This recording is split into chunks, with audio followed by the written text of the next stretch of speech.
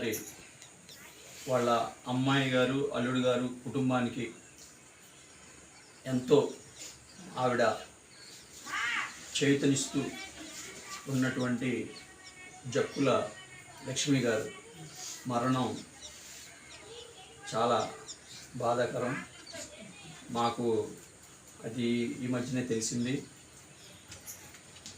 నేను రావటానికి ఏంటంటే మా పాప వివాహం జరిగి ఉంది. దాని మీదట కొన్ని నెలల వరకు కూడా ఇటువంటి కార్యక్రమాలకు వెళ్ళకూడదు అన్న దాని మీదట మేము రాలేకపోయాం.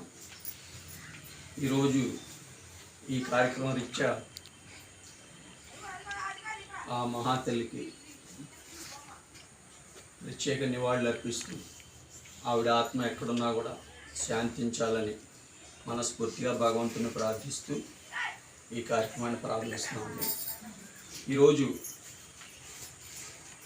మనకి ప్రత్యేక ఆంధ్ర రాష్ట్రం కోసం 58 రోజులు కఠోర దీక్ష, ఆమరణ నిరాహార దీక్ష చేసి ఆయన ప్రాణాలు అర్పించి మనకి ప్రత్యేక ఆంధ్ర రాష్ట్రాన్ని తీసుకొచ్చినటువంటి మహనీయులు అమరజీవి పొట్టి శ్రీరాములు గారు.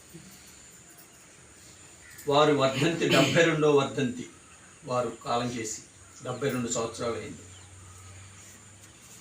వారు ప్రాణత్యాగం అనంతరమే మనకి ప్రత్యేక ఆంధ్రప్రదేశ్ అనేది ఒకటి రాష్ట్రం ఏర్పడి తెలుగు వాళ్ళందరికీ కూడా ఒక ప్రత్యేక ఆంధ్ర రాష్ట్రాన్ని ఇచ్చారు అప్పటి కేంద్ర ప్రభుత్వం. ఆ మహనీయుడు ప్రాణత్యాగంతో ఒక ఆంధ్రప్రదేశే కాకుండా భారతదేశంలో చాలా రాష్ట్రాల్లో భాషా ప్రయుక్త రాష్ట్రాలు ఏర్పడ్డాయి. అది ఆయన ప్రాణత్యాగంతో ఏర్పడినాయి అన్నమాట ఆ రాష్ట్రాలన్నీ కూడా. అటువంటి మహనీయుని మనం స్మరించుకుంటూ ఈ రోజున 72వ వర్ధంతి సందర్భంగా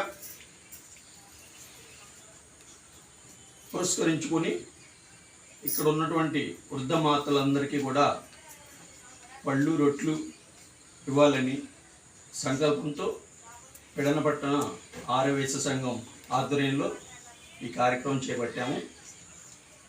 ఒక్కసారి మనందరం కూడా ఆ మహనీయుని స్మరించుకుంటూ జోహార్ అమరజీవి పొట్టి శ్రీరాములు అంటే జోహార్ అంటూ క్లాప్స్ కొట్టకూడదమ్మా, జోహార్ అనాలి అంటూ ఈ కార్యక్రమాన్ని ప్రారంభిద్దాం.